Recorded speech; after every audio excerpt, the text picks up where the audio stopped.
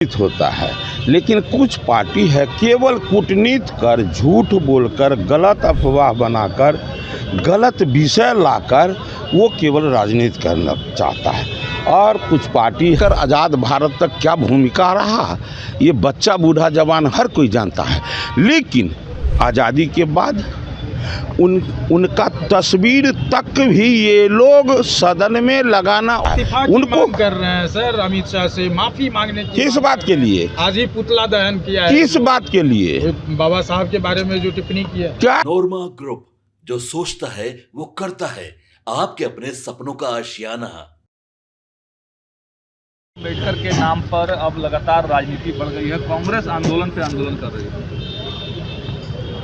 आपने कहा राजनीति बढ़ गई है।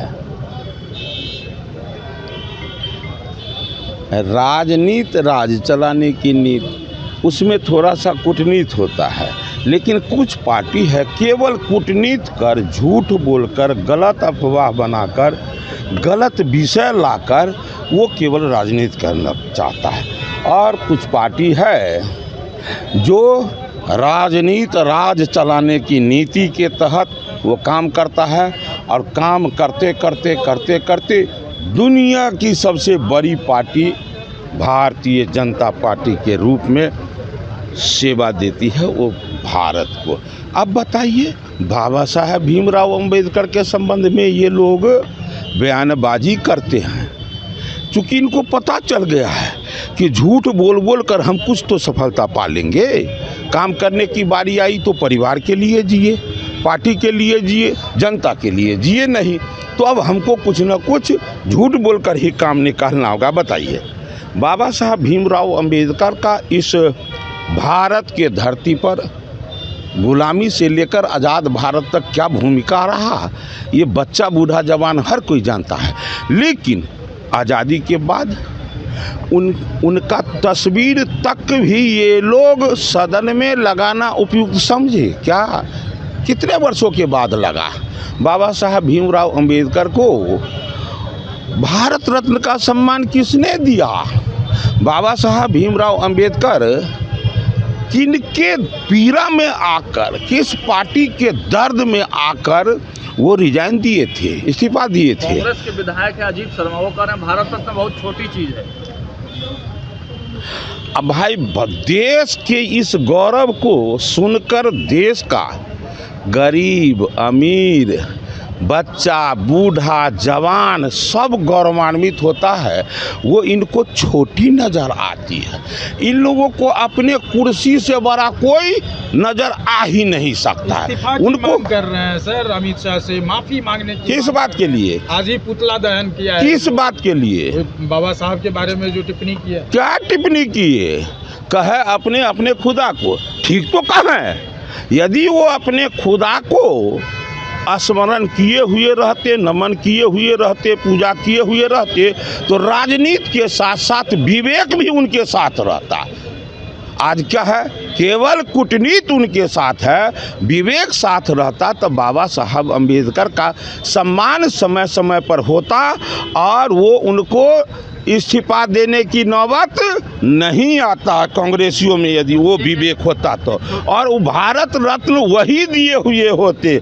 आज जितना पूरे देश में जितना चौक चौराहा रोड जो भी बाबा साहब के नाम पर उसका स्मारक जितना बना, किसके कार्यकाल में बना, तो ये पूरा देश जान रहा है। लेकिन ये लोग थोड़ा सा है क्या, ये लोग कहते हैं कि थेथरैया करके हमको राजनीति करना। सर, तेजस्वी यादव यात्रा पर सवाल उठा रहे हैं। मुख्यमंत्री नीतीश कुमार जो यात्रा पर निकल रहे हैं, वो कह रहे हैं कि 225 करोड़ रुपए और फिजूल खर्ची ज़्यादा हो रही है, बहुत खर्चीले हो गए मुख्यमंत्री। अब बता दीजिए, इंडी गठबंधन के लोग जब प्रधानमंत्री जाते हैं विदेश तो कहते हैं फिजूल खर्चा करते हैं, ये निकलते हैं यात्रा पर तो कहते हैं फिजूल खर्चा करते हैं। इन लोगों का एक ही यात्रा था, जब जंगल राज था तो वातावरण कैसा था, कैसा वातावरण था, ये नहीं जाते थे। पूरे बिहार के लोग उठकर इनके यहाँ जो दरबार लगता था, जहाँ जिनको समस्या होता था सारे समस्याओं का निदान करने के लिए इनके यहाँ आते थे। वो डिक्टेटरशिप था, वो रावण बड़ा वातावरण उस समय में था। तो इसलिए ये जो जा रहे हैं हमारे भाई हमारे मुख्यमंत्री जी जो विकास पुरुष हमने ही पूरे बिहार के लोग मानते हैं, वैसे थोड़ी होगा। इनका आज केवल यात्रा निकला है क्या? हमको लगता है लगभग 13वां 14वां ये यात्रा होगा। ये यात्रा का कमाल है, ये जाते हैं सारे समस्याओं को समझते हैं, परखते हैं, और तब परखने का परिणाम क्या होता है कि जिस बिहार को बिहारिया कहा जाता था, जंगल राज का उपाधि मिला हुआ था, आज उस बिहार के लोग शान से जी रहे हैं। जिस बिहार में रोड नाला सड़क बिजली पानी शिक्षा चिकित्सा लॉ एंड ऑर्डर सब समाप्त था, आज उस बिहार में चाहे आप जिधर भी चले जाएं, आपको लगता है कि रोड पर चल रहा है तो लगता है अरे ये तो एयरपोर्ट का रोड है। आज तो ये स्थिति है। इसलिए उन लोगों के कहने से नहीं होगा। आप लोग 25 में ये हमसे क्यों पूछते हैं? ये बात तो वो लोग गरज के कहेंगे, वो तो कहेंगे हम 500 सीट से जीतेंगे। तो किसी से पूछिए मत, ये बात तो जनता कहती है कि एनडीए बिहार का कल्याण किया है। 2025 में एनडीए की मजबूत सरकार बनेगी। आपके सपनों को हमने सजाया है, ई होम्स पैनोरामा को हमने बनाया है। ई होम्स मेरा एक सपना था जिस पे मैं पिछले 4 साल से काम कर रहा था। हमने जो बनाया है वो सबने है माना। ई होम्स पैनोरामा में हो आपका भी आशियाना। और फाइनली हमने 2021 में इस प्रोजेक्ट को लॉन्च किया। बहुत लोग अप्रिशिएट कर रहे हैं कि पूर्णिया जैसे शहर में, बिहार के, एक तो बिहार की बात करें उसमें भी पूर्णिया जैसे छोटे जगह में इस तरह का लाइफस्टाइल देना, ये सुन के हम लोगों को बहुत अच्छा लगता है।